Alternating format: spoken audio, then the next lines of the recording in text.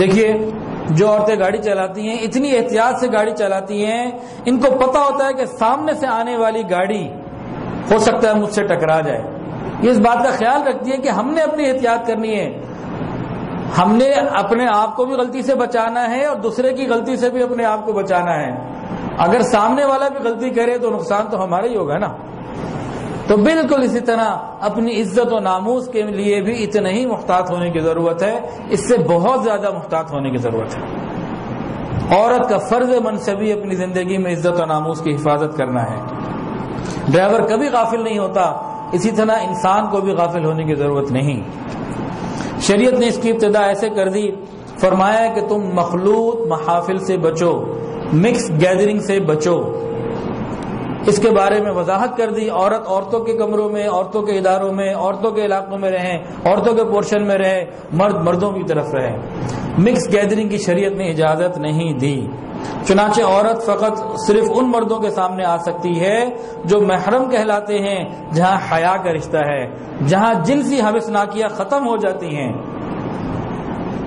اب یہاں مرد بیٹھے ہیں، مجھے جواب نہ دیں، اللہ کو حاضر ناظر جان کر اپنے دل میں ایک جواب خود ہی دے دیجیے گا، مجھے نہ دیں۔ ایک کمرے میں صوفہ بچھا ہوا ہو، 4 عورتیں بیٹھی ہوں، ایک ماں ہو، ایک بیوی ہو، ایک بیٹی ہو اور ایک کوئی جوان دوشیزہ ہو نامحرم، ایک ہی نظر میں آپ چاروں کو دیکھیں، کیا چاروں پہ ایک ہی نظر جائے گی؟ ہو ہی نہیں سکتا۔ جہاں جنسی حوثناکیاں ختم ہو جاتی ہیں بس وہاں تک محدود رکھا، محرم رشتے سے آگے بڑھنے کی اجازت نہیں دی۔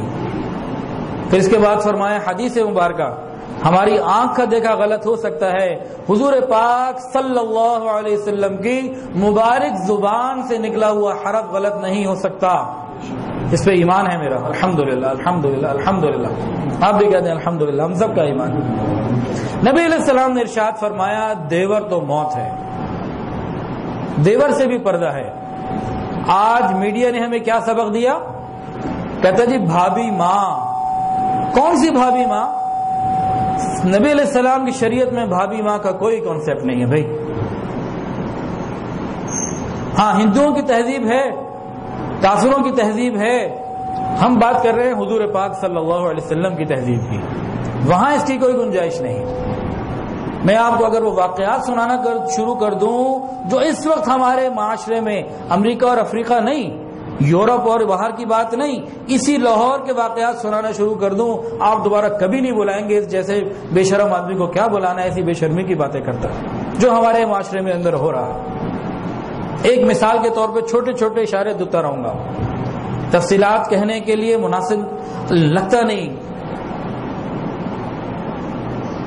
ایک خاتون نے بیگم صاحبہ سے آ کے مسئلہ پوچھا، میں گھر میں رہتی ہوں، میں ہوں، میرے 3 دیور ہیں، شوہر ہے، اولاد میری ہے، مجھے نہیں پتا میرے شوہر کی ہے یا کس دیور کی ہے، بتائیے کیا جواب دیں گے اس عورت کو؟ یہ لاہور کی بات ہے، میں ایران کی، امریکہ کی، جاپان کی بات نہیں کر رہا ہوں، اسی شہر کی بات کر رہا ہوں۔